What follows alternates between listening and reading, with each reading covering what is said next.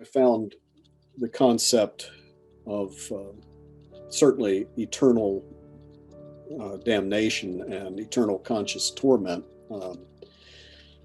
Uh, I found that almost absurd I would say, as early as the 1970s.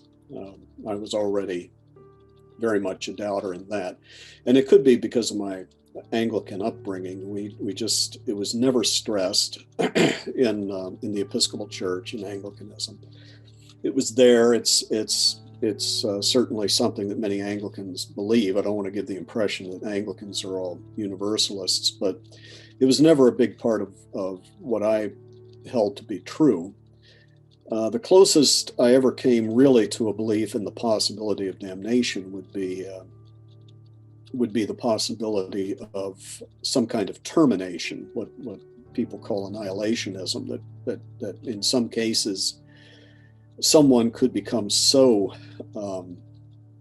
rejecting of life and the possibility of eternal life or whatever, that they in effect snuff themselves out in some way. I toyed with that idea, I think.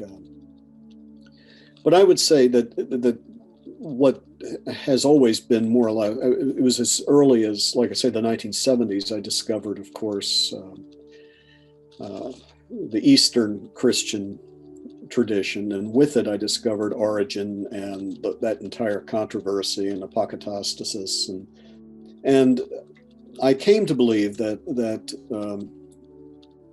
since everything is in God and everything depends on Him, that yes, there is a place for hell, but that hell would have to be what we commonly think of as in some sense purgatorial. That all of creation, if we believe all of creation is to be redeemed, then that means all of creation.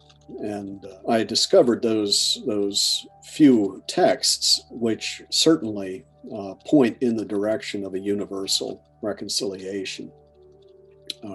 You'll find them as early as Paul, and then in the what we would consider the Deutero or Trito Pauline writings, especially the pastoral epistles. You find them in the epistles of Peter, First Peter, for example.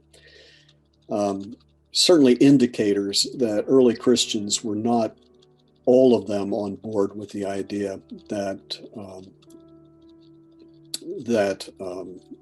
Gehenna was simply for the eradication of sinful human beings, but that in some way there was as Jesus says in one place, you'll be. It's a parable, and of course it's a metaphor, but that you will not be released until you've paid the last penny.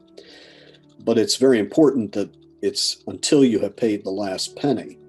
So there you do have an idea of, yes, you can be released eventually, but it's going to be a long period of purgation that you may have to go through, eons.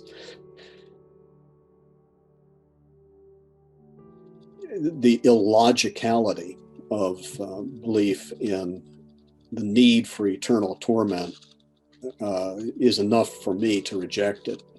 It's a completely illogical doctrine. Annihilationism at least makes sense. Eternal torment, that somehow a just and good and God would somehow find some sort of delight in.